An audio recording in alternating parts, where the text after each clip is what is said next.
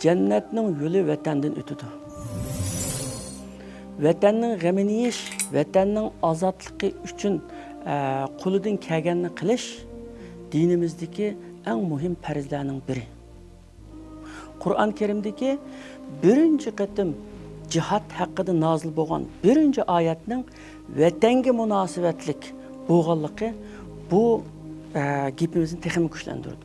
Uzina lillazina yuqataluna bi annahum zulimu ve innallaha ala nasrihim laqadir ellezina ukhruju min diyarihim bighayri haqq illa an yaqulu rabbunallah deydi.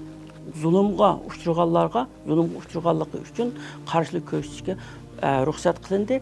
Allah ularga yardım berishga qodirdir. Ular faqat Rabbimiz Allah deganlik uchun o'z yurtlaridan chiqarilgan edi deydi. Bu oyatda yani o'z yurtlaridan chiqarilganligi sebeplik ve öz yurtlarını eliş için küreş kılışını farz kılganlıkını bildirdi. Peygamber sallallahu aleyhi ve sellem'in Medine'deki 10 yıllık hayatını tahlil kılsak mı? Resulullah sallallahu aleyhi ve sellem Medine'ye gelgen vaktinden başlap bir taraftan Medine'ni qoğdaş, bir taraftan ana vatini boğan Ulu Kabe yani öz içine algan Mekke Mukarreme şehrini azat kılışının kuyudu bulup 10 yıllık tayyorlik ve işleş ve güçleniş jarayonida ahire Mekke'ni fethi kılıp azat kıldı.